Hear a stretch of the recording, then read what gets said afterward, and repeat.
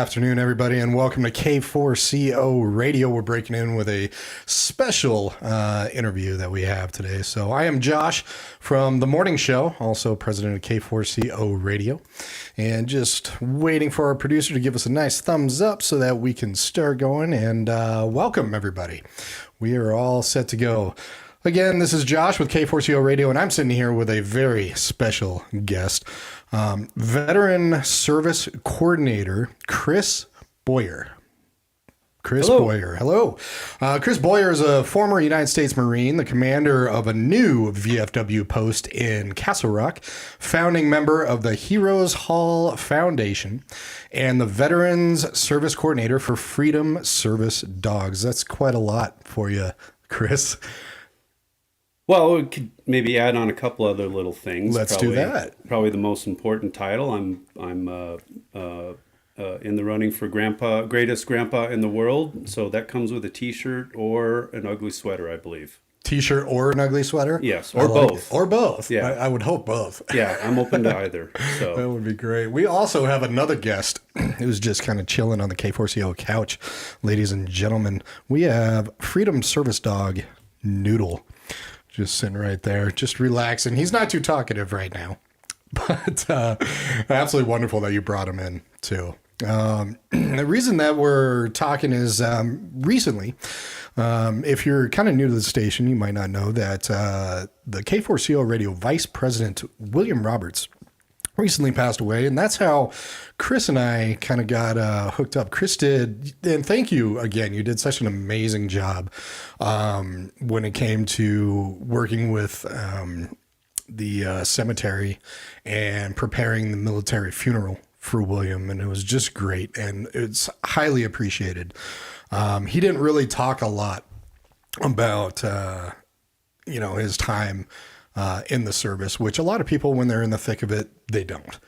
But he did say, and you two were able to talk to each other through many years and befriend each other. So thank you very much for everything that you did for that. I'm privileged to have been able to help out, and I'm just glad that I found out and we were able to find his DD-214 so I could get in there and help. That he earned those honors. So that he did, and his son now has the flag and all of his medals and all of that. So, well, tell us a little bit about yourself, Chris, especially before you got involved with Freedom Service Dogs of America. Sure. I growing up as a kid, pretty much all the men in my family were veterans. Mm-hmm. Dad did 2 tours in Vietnam with the Marines, fought in the Battle of Quai Son. Pretty much all my uncles were in Vietnam. Grandpa, World War II. Saw a lot there. We go all the way back to the Revolutionary War. Oh, at wow. least in recorded history. And maybe before that, I would imagine. We just, it's just kind of what we do. Was it kind of a thing you always knew you were going to be in the military? I did. And in 83, when the Marine barracks in Lebanon were bombed by Hezbollah terrorists, I was 13. And at that moment, I was pretty angry, and I decided I was going to be a Marine. And at the age of 19, I enlisted. You enlisted, nice. And so at 19, right after high school, basically, went through all the boot camp. And what made you choose the Marines? Well, because they're the toughest, and they got the coolest looking uniforms. I like it. I figured that was the chance to have the most adventure. I figured if something was going to happen, by odds of being there, we're going to be the best if I joined the Corps. Right. Plus, my dad was a Marine, and he really tried his hardest to talk me out of it. He did? Yeah. Okay. He saw a lot of ugly stuff over there, so right. I think it scared the heck out of him. But he was not successful on that. No, he was not. When did you get out of the Marine Corps? In October 92. Okay. Yeah. 1992. Long time ago. And you still, of course, stayed connected. You have a new post in Castle Rock for the VFW. And when did you get connected with, and what made you decide to get connected with the Freedom Service Dogs of America? Just a life dog lover? Well, that was, I guess, part of it, but that also has to do with my long journey with PTSD. Okay. So, war changes a person. I fought in the first Gulf War. I got everything that I signed up for. My unit, I was an artillery cannoneer. We were towed artillery, and we did things that artillery typically doesn't do. So we took some incoming rounds on the first day of the air war, and instead of just sitting back and filling sandbags, we went and got them, and became the first ground unit in Desert Storm to be in combat, and did another raid after that, and then more actions, and again got everything I signed up for. So our CO, also a Vietnam veteran, was pretty gung-ho, but an unbelievable leader. So all of our officers were incredible, and NCOs. We were trained. We were very highly trained, and very grateful for that. So there was no slouching before even getting there. So we were ready to go. And you see things that are pretty awful, and that's just part of war. War is an awful thing, but we do it so the folks at home don't have to, Right. so they don't have to experience that, and it changes you. So after getting back home, looking back on it, there were changes that I was a different person, a very different person. And, I struggled for years, and it was probably, 15 years after that I was actually diagnosed with PTSD. 15 years after you got back home. Yeah. And resources were very different back then. So 10, 15 years afterwards. So I didn't really seek help or treatment until later. And, was at a low point in life, really struggling. I was, what's a good way to put it? I was the PTSD version of a functioning alcoholic, if that makes sense. I still went through a lot of jobs and stuff like that, but I maintained career and all of that. But there's a lot of dysfunction that goes with that, and a lot of suffering within your circles, whether it's work or relationships, all of that. And I got to the point where I just got sick of it and was determined to get better, and determined to put all the work and energy into it that I could to be happy again, because that's the goal, is to be happy. Right. And, started equine therapy, regular therapy, psychologists. I wanted to avoid meds. The VA can just, oh boy, they got a whole bunch of meds. But I sought other tools, more holistic tools. I call them tools. And you have to have a toolbox, and you got to fill it with tools. And you got to recognize when you need to use those tools and use them. And it looks different for every veteran, or a person that experiences, significant trauma. A lot of folks in law enforcement, or fire rescue, they experience similar things. Were these holistic tools available at the VA, or did you have to go elsewhere for a lot of these tools that you used? Sometimes with a really great counselor or therapist, these are things that we discuss. But also getting out there in town with a variety of different nonprofits and other veterans.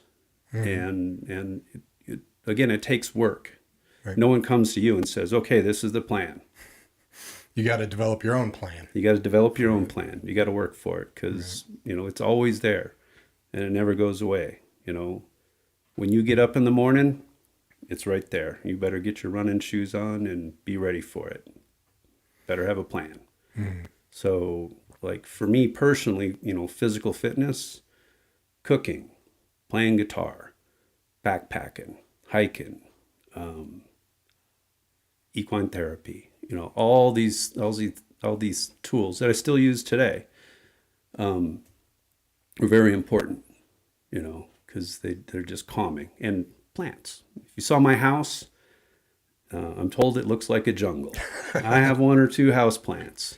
I just love plants. I find them very calming. I bet it smells great in there too. Sure. I mean, a lot of oxygen there, yeah. It's definitely oxygenated. Right. So, but I didn't feel that was enough. And one day I was at the VA, the old VA, and I was in a funk. I was sitting there with my head down, waiting for an appointment. I look up, and sitting right in front of me, there's a service dog.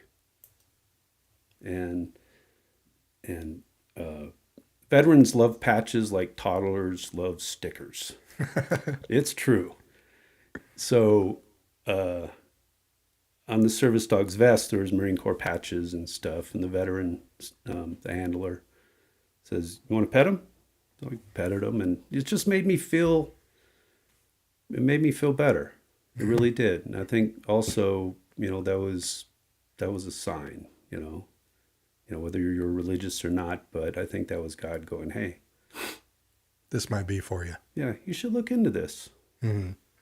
So I did, and considered it over about the course of, a yearish or so, probably a little longer, and was investigating and doing research, because it's not a light thing to jump into. It's a change of lifestyle. It really is. How so? Well, the dog's with you most all the time. Mm-hmm. Plus it's a dog. It's not like a cat where you can, change the litter and leave out food and water and, okay, see you in a few days. Right. It's a different deal. Nothing against cats. I have a cat, an amazing cat. Love cats. And then came across Freedom Service Dogs. And, I was looking at organizations across the country, in Texas, California, and, East Coast and all that sort of stuff. But these folks were right down the road. Right here locally. Yeah. So did some research on them, went in, talked to them, and, let it marinate some more. And then I'm like, okay, heck with it. I'm going to do it. And by do it, you mean actually train these service dogs too and help shape them for other people. Well, that's more down the road. Okay. So back then that would have been 2016.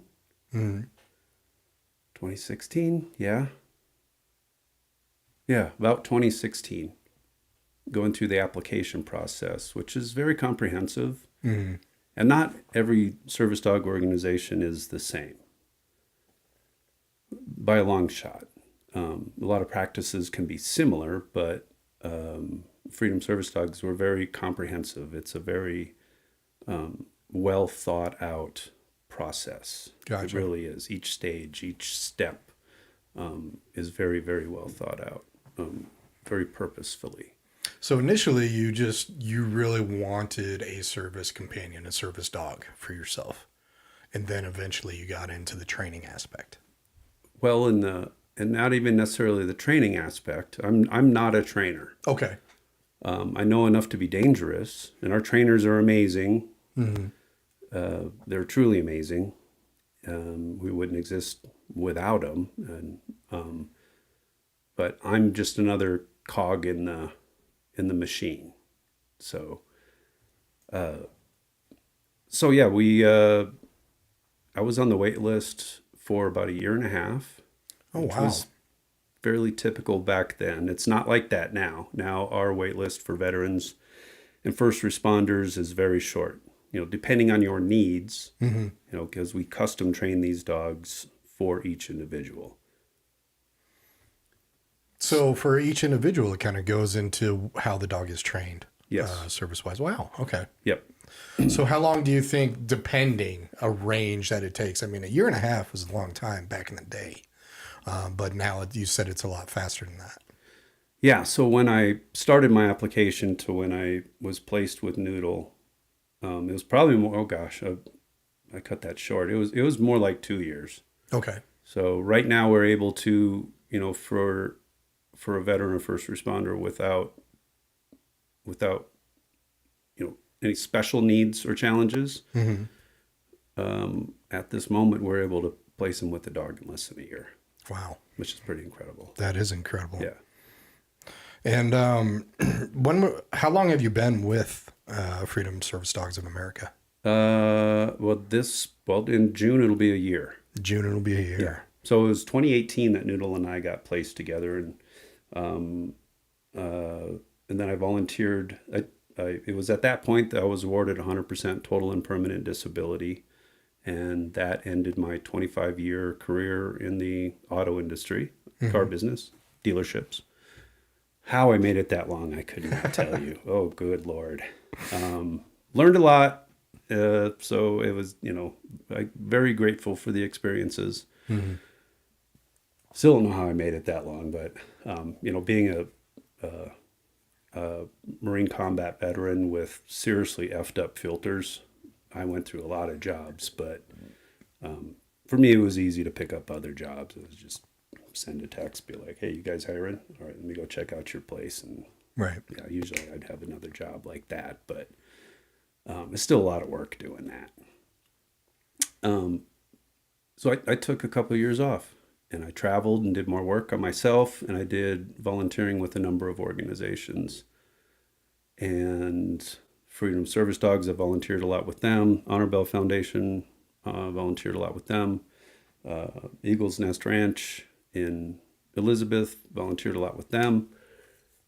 And then after 2 years, I was asked to run the Honor Bell Foundation, did that for nearly 4 years, which was very rewarding. It's a fantastic organization.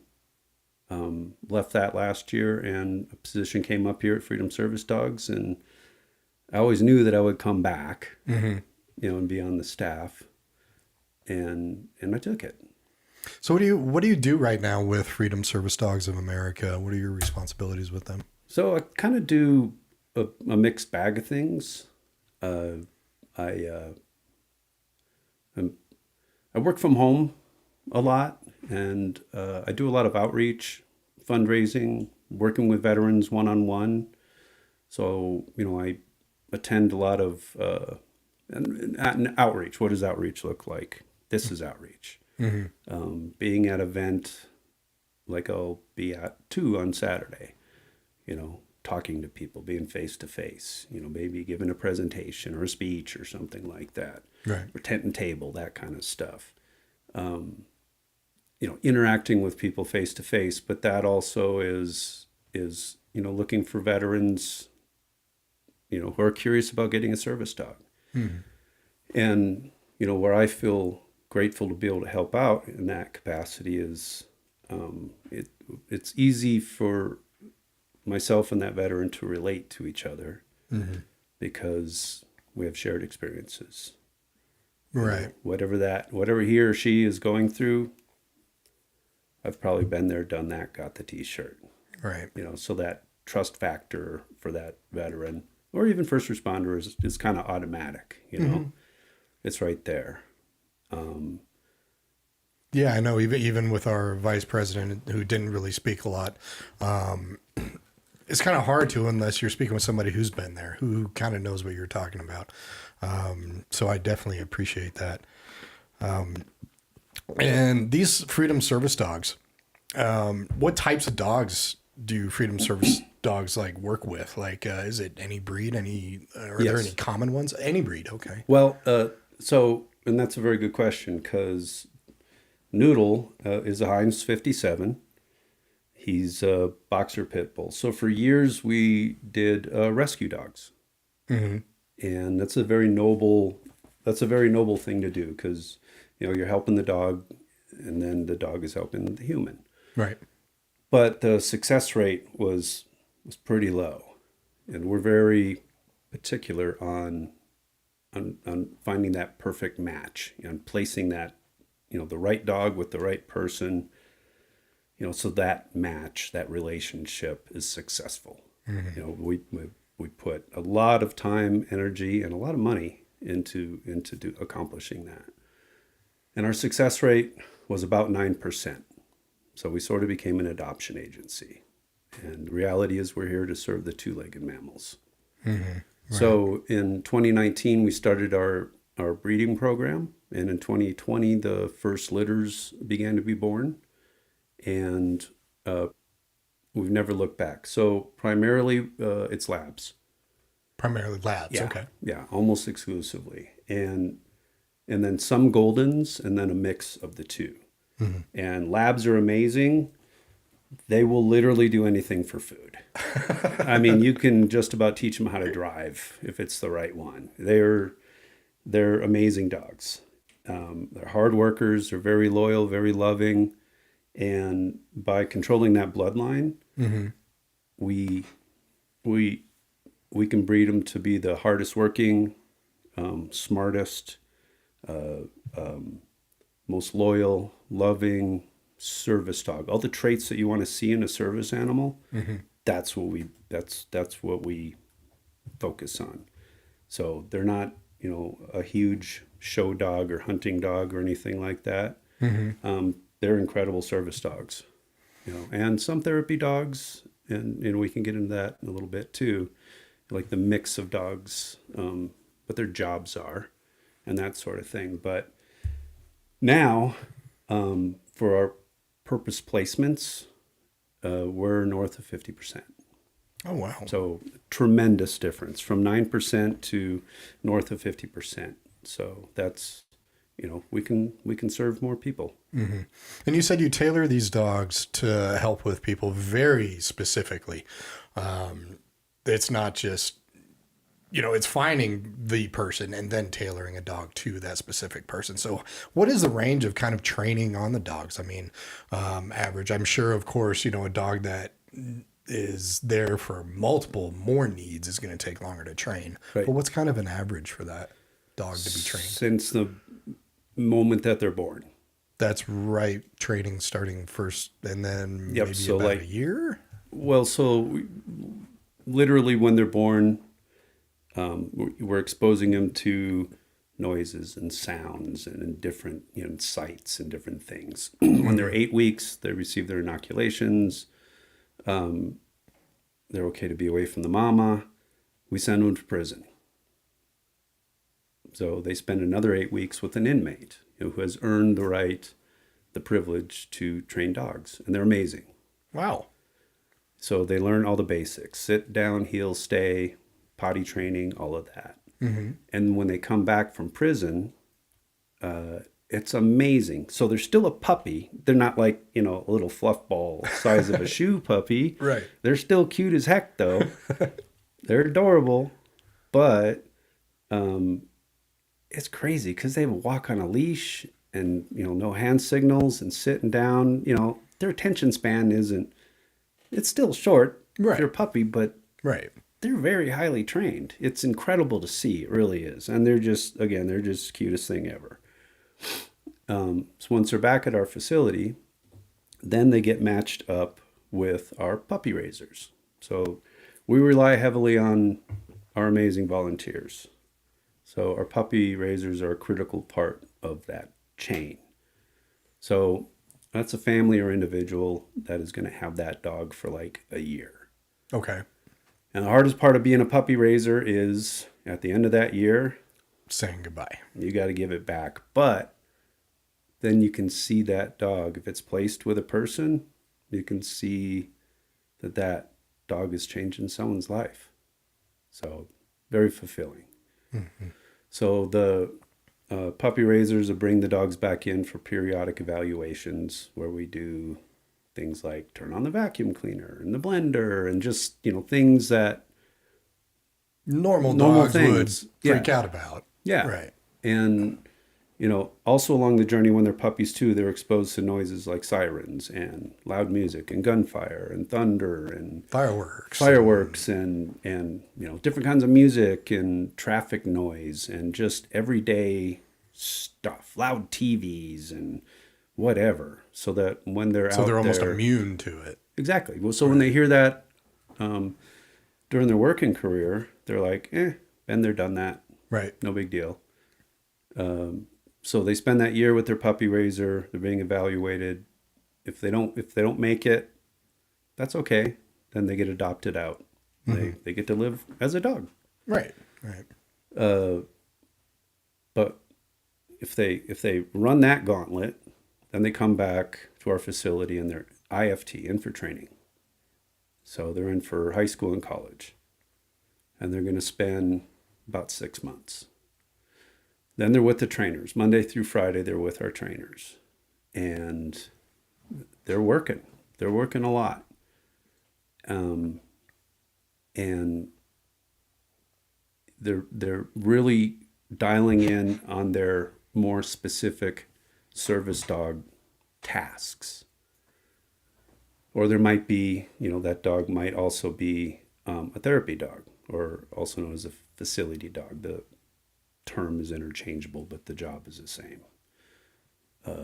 What that could be is doing interruptions.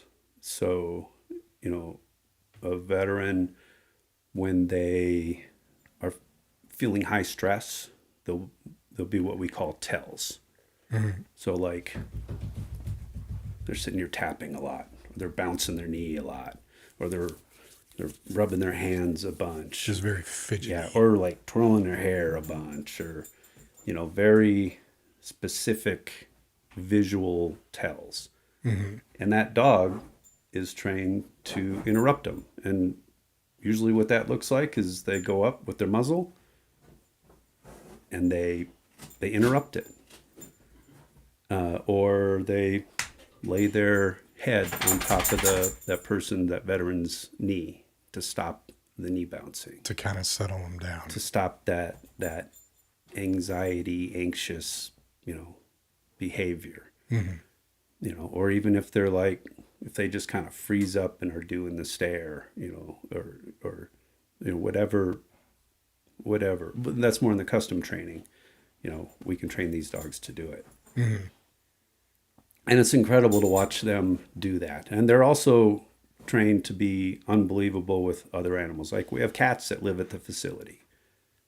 So they're not going to get freaked out by cats. And then we expose them to rabbits, squirrels, horses, whatever we can think of, so that their prey drive is low. Anything so that they don't get distracted too easily. So they are focusing on their human. Right, exactly. Yep. And at this point, if they don't make the cut, that's like our A dog, our A minus B plus dog, right? They become a skilled companion. Mm-hmm. And that's part of our purposefully placed program. And a skilled companion is a dog that is every bit as sharp, every bit as good, every bit as amazing. All the health screenings, everything is perfect. This is an incredible dog. More well-trained than not just every dog on the block, but probably, definitely any dog in that neighborhood and the adjoining neighborhoods. Right. So, and those go out at no charge to veterans, first responders, and Gold Star family members. That is awesome, and that's really cool that it's for first responders and as well, and military, and I really appreciate that. So Noodle was your first dog? He was your dog given to you? Yep. And that was back at no charge. At no charge. We don't charge we don't charge any of our clients a penny. Mm-hmm. How did Noodle really help you out at that time, and still help you out? I mean, aside from just being a dog, dog is man's best friend, right? Right. But for him being trained for you, I'm curious, just examples of really how he was able to help you out. Just his everyday presence some of those cues and signs that I described, and just being that super highly trained buddy that can go with me anywhere. Anywhere. Yeah. Right. How would somebody inquire about getting a Freedom Service Dog? What's the easiest way for someone to do that? Our website, freedomservicedogs.org. freedomservicedogs.org. And it's a wonderful Colorado organization too. Yeah. And if you're a veteran or first responder and you have any specific questions on that too, there's people on our team you can talk to, or, if you want to speak directly with a veteran, you can ask for me, and I'd be more than happy to get on the phone with you, go have a cup of coffee with you, whatever it is, whatever you're comfortable with, and we can just sit down and chat.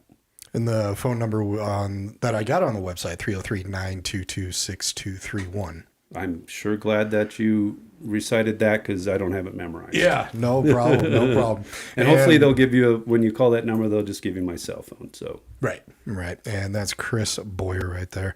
And for those watching, actually, we have the information kind of scrolling on the bottom of the video. So for those listening, you can always go to one of the K4CO radio social media platforms and watch this video to kind of, if you're driving or anything like that, to get this information. freedomservicedogs.org for Freedom Service Dogs of America. And on the site, it actually says, and you even mentioned getting involved in volunteers. What is the range of different volunteers that people can help Freedom Service Dogs of America? Because it's such a wonderful organization. I think it's so amazing. I've always said, in a perfect world, our government would take care of veterans perfectly. It's not a perfect world. In a perfect world, right. Exactly, Yeah. but it's far from it. So I really love what they're doing. So what are the many different ways people can volunteer? Well, so probably the most demanding would be to be a puppy raiser. One very rewarding thing would be, like a step below that, would be to be a foster. Okay. So, What's the difference between that? well, you get to rent a dog for free over the weekend.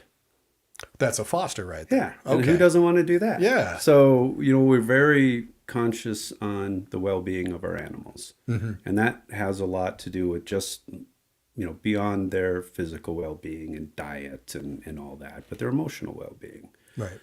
So our kennels are amazing. They're state of the art, and they're cleaner than your buddy's apartment. I Probably can tell you cleaner that. than my house. Yeah. They're and that's no knock. Well, they're very clean, but we don't want them staying there over the weekend. We're not doing training over the weekend, so Right. we get them out of the kennels. And so if you sign up to be a foster, you're picking up a dog on a Friday, taking that dog home with you, or they just get to be a dog. Mm-hmm.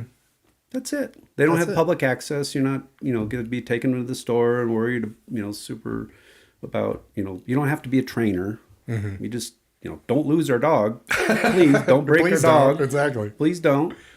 But just loving that dog. Let that dog be a dog. Chase balls and frisbees and sleep on the couch and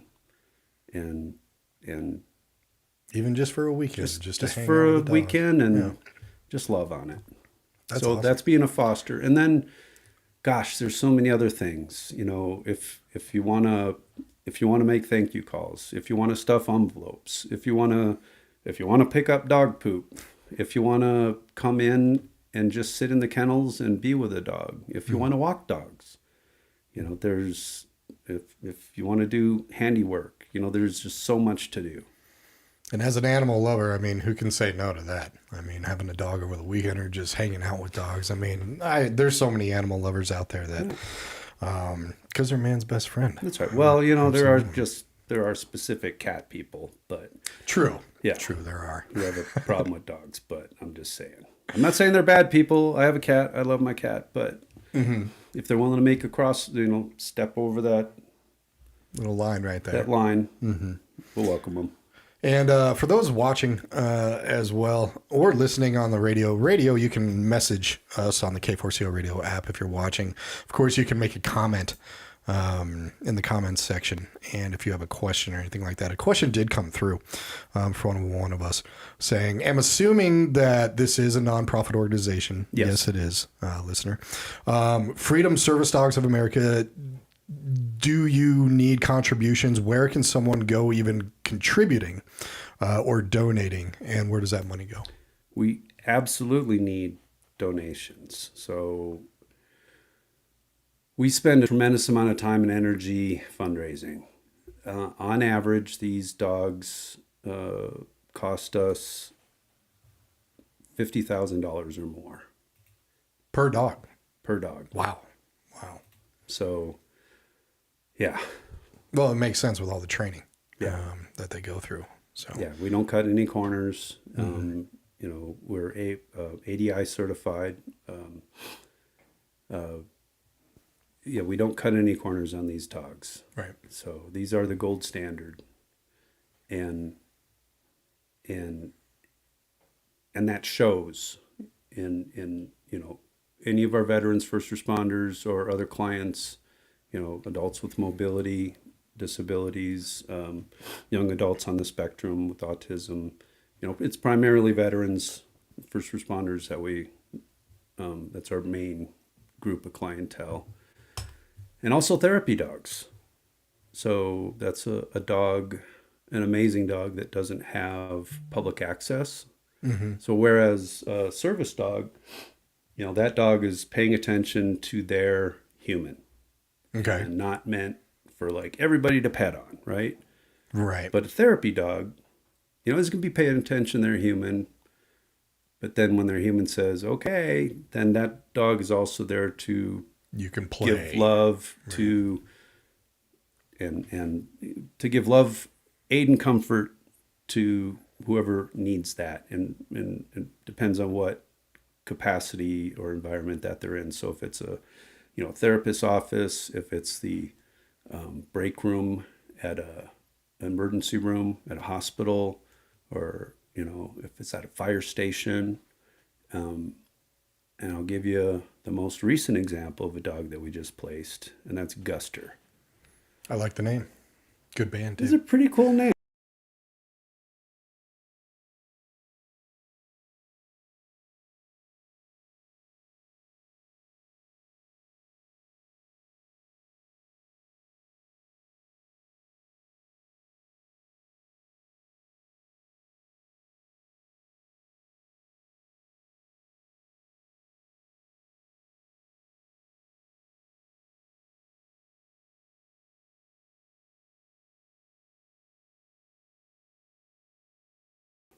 Health and wellness and all of that. So he was looking into it, and he's like, okay, let's try it. So we were able to connect with them and Crest Hill Middle School. Now school's out, but now Guster is with their SRO, and he is now Deputy Guster. He was sworn in 2 weeks ago at the Sheriff's Department. Nice. And he's an incredible dog. I worked with Guster a couple times, and wow, what a great dog. And Brian, the SRO, what a great guy too. And that therapy dog Guster will live with that deputy and his family, mm-hmm. and go to work with him. Right. And his job is to love on kids, and then also be kind of that bridge. So like some people, when they see, big guy, covered with ammunition and a vest and a firearm and all that, they're like, whoa. And that dog is a bridge, because now they see the dog, they're like, oh, hell with him. I want to go pet the dog. Pet the dog, exactly. Yeah, so it's that bridge. Right. K4CO Radio was recently at the State of the City for Centennial, and met some wonderful police officers with canine officers with them. And it really does create that. I mean, our Vice President of Media, Sarah, of course, right when she sees a dog, it's just boom, honed in. Right. And went over and talking with the officers and everything, and really is a great bridge. And so even some of your dogs have, with the training, gone over and been sworn in, which is really cool. Yep. And anywhere I go, like I'm a regular at, they just want to see Noodle. I mean, they're like, hey, Noodle, what's going on? I'm like, What about me? No, I'm just kidding. Right. And I take it you guys are very heavily involved. Does the VA really reach out and help a lot and work well with you guys? We get a lot of referrals You do? from the VA, absolutely. Great. So there's some other areas that are that were for the VA to improve on, and that's nationwide. For service dogs, they have this amazing program called Trupanion, where it pays for, so if it's a legit service dog from a legit organization who is certified through ADI, who operates through ADI standards, that's Assistance Dogs International. The veteran qualifies for his dog to have all his vet bills paid for. But, and here's where the jaws will drop. The Veterans Administration recognizes certain classifications of service dogs. Okay. Seeing eye dogs, hearing dogs, brace and balance. You know which category they do not recognize? The therapy dogs? PTSD. The PTSD dogs, which is therapy, correct? Very similar to a therapy dog. Let's, for the sake of argument, we'll just kind of say, but more veterans have service dogs for PTSD than all of those put together times, I don't know, many thousand. But the VA does not Correct. see them as a, wow. So that's a little something that there's actually a bill out there right now. Mm-hmm. I've been working with our congressman, one of our congressmen here, and there's a number of supporters. It's so if anybody wants to pick up the phone and call their congressperson, it's the Service Dogs Assisting Veterans Act. The Service Dogs Assisting Veterans Act. Okay. And what would that bill, what does that bill look like to bring that light into the VA? Yeah, to finally get them to recognize PTSD as a category for service dogs, which again, it's just mind-blowing that they don't. Right, exactly. So, Wow. Well, so then for our I think another important thing to talk about is if you're a veteran or first responder, how do you get a service dog? Through Freedom Service Dogs. right, definitely.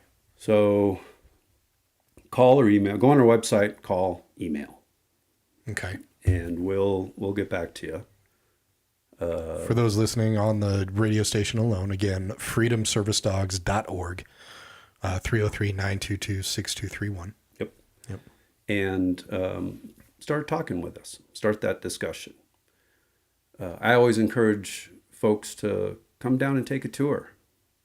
Actually meet us if you can. Mm-hmm. We serve folks across the country. But if you're in town, come check us out. Is this something you can just drop by, or do you have to schedule an appointment to come You check can you just guys stop out? by, but Okay. ideally, we don't want you just standing there waiting while no one's helping you. But Right. ideally, if you can call and set up an appointment to come in, that'd be great. Same for if you're someone looking to volunteer, Mm-hmm. and you're kind of on the fence. Come by, check it out. You can see our facility and meet all the people. And I think if you see the people there, you'll see in their face just the dedication of everybody. It's really incredible. So our application is on our website. And you'll see it right there for veterans, first responders in particular. It's the same application, Mm-hmm. and it's a bit. It asks for a bunch of information, and there's a reason for it, which I'll circle back to. So you fill out the application. You're going to need some stuff from your, in particular, if you're a veteran, you're going to need some stuff from your VA doc, which sometimes can be a pain in the ass, which just yeah, that's when I have to use my breathing techniques. Just to deal with it. Yeah,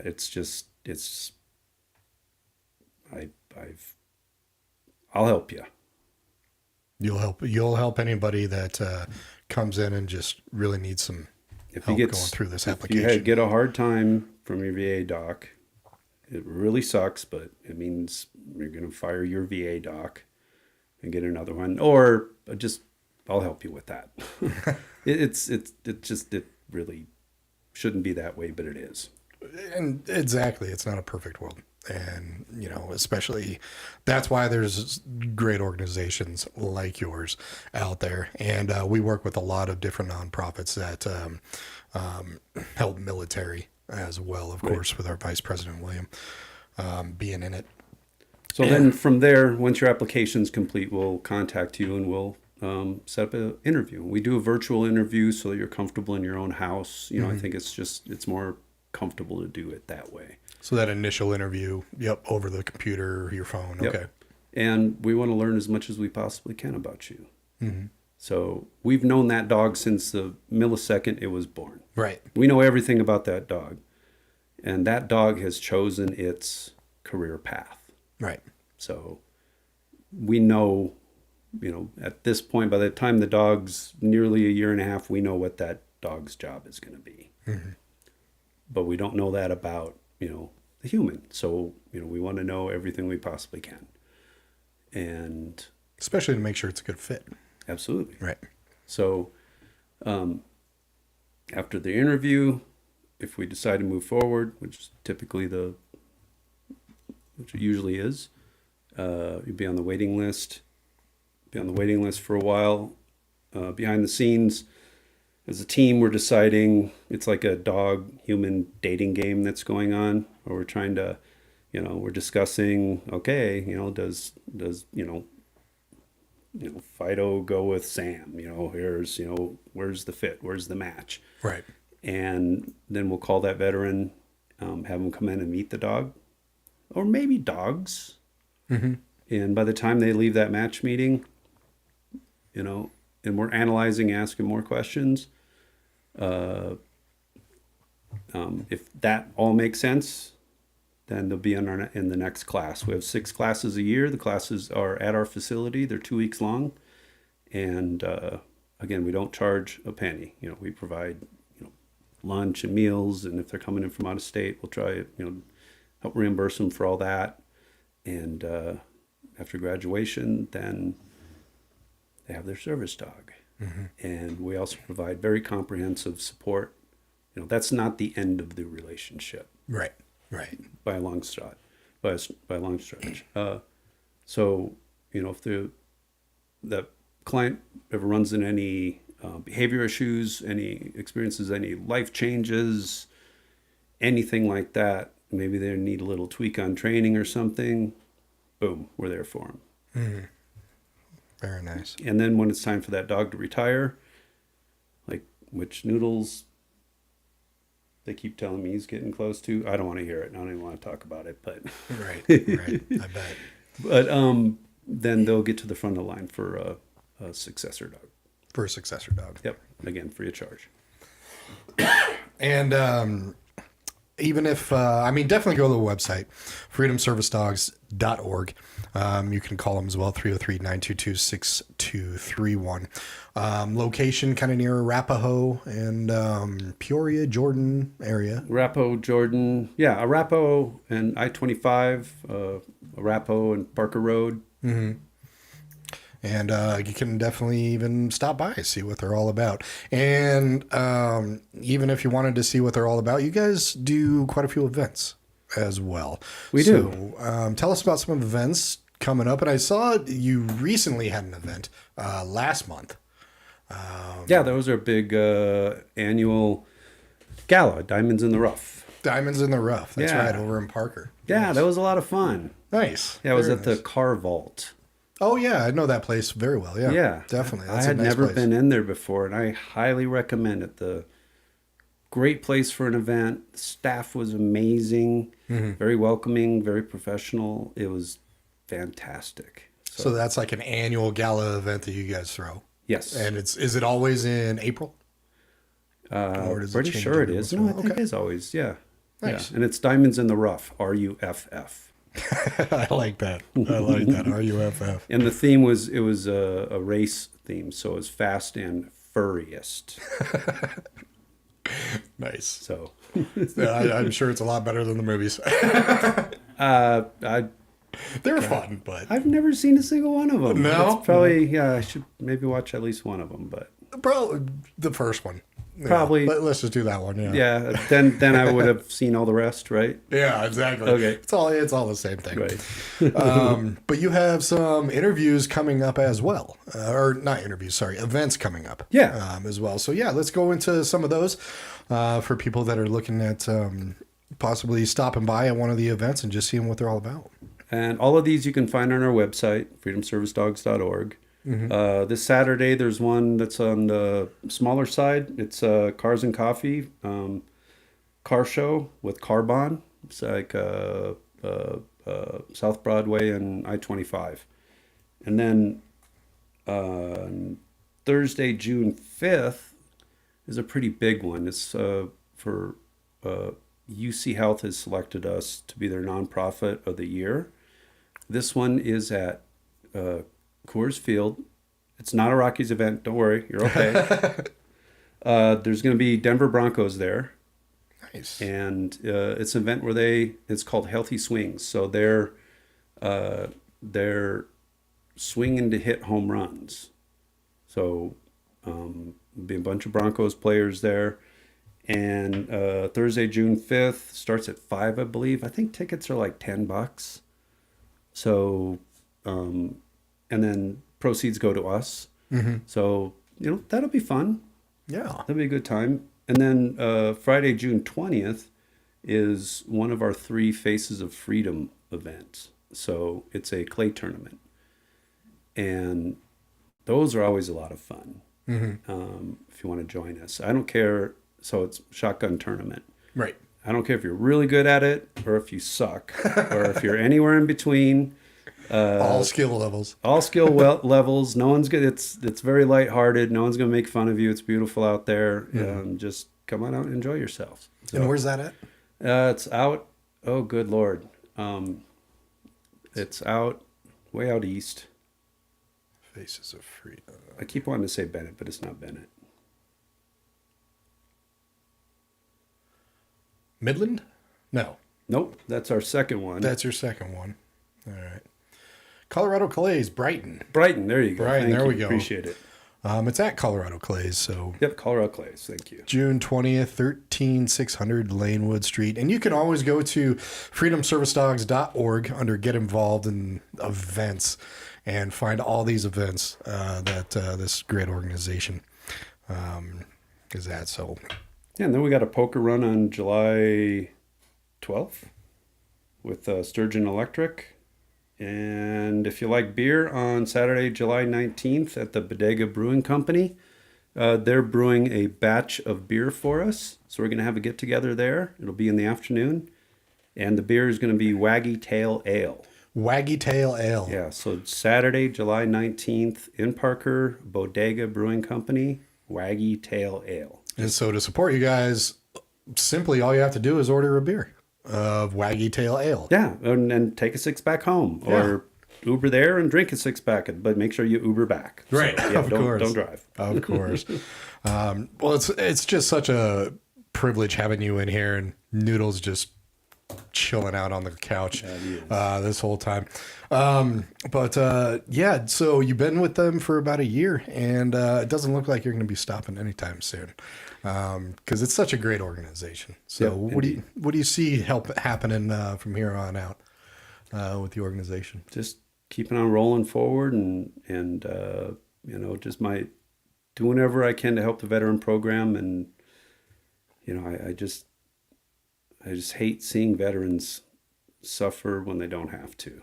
Right. I'm like that little kid that would bring a puppy home, but it's just having been through it, and still sometimes going through it. It's just a part of that thing that we have, that PTS, and it's just what I eat, sleep, and breathe. And if I can help my fellow brothers and sisters to suffer less and help give them tools and guidance, and in some way be a mentor, and do that through Freedom Service Dogs and a few other little things, then that's what I'm just going to keep doing until it's time to push up daisies. That's absolutely great. I mean, not only thank you for your service, but thank you for your service after your service and doing this. Because we just really appreciate it, and we really honor veterans here in our military. Appreciate having me on too to share. Talk about the mission. Of course, all the pleasures on this side, and it was such amazing meeting with you, talking with you a little bit. And now I was really looking forward to this interview where I could really get to know you a little bit more personally when it comes to this organization. So thank you very much for coming in. Well, thank you. Really appreciate it. freedomservicedogs.org. Definitely check them out.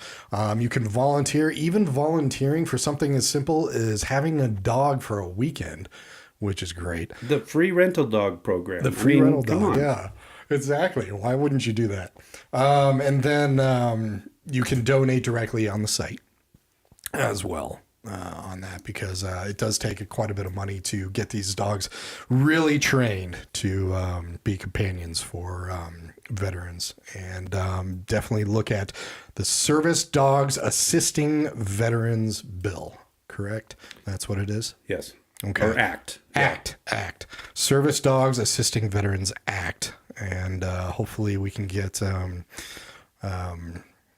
PTSD on there for service dogs when it comes to the VA and the government. I'm still amazed that it's not. Yeah. It definitely does need to be. Thank you again so much. Of course. For coming on in. You've been listening to an interview on K4CO Radio. Stay tuned. Coming up next, actually, we have our afternoon mix of music that goes every day from 2 p.m. to 5 p.m. And then at 5:30 today, we have the wonderful Michelle Odo in from the Odo Group, covering all things when it comes to mortgages. You've been listening to an interview with Chris Boyer with Freedom Service Dogs of America, freedomservicedogs.org. Thank you very much, everybody, and you have a wonderful rest of the day.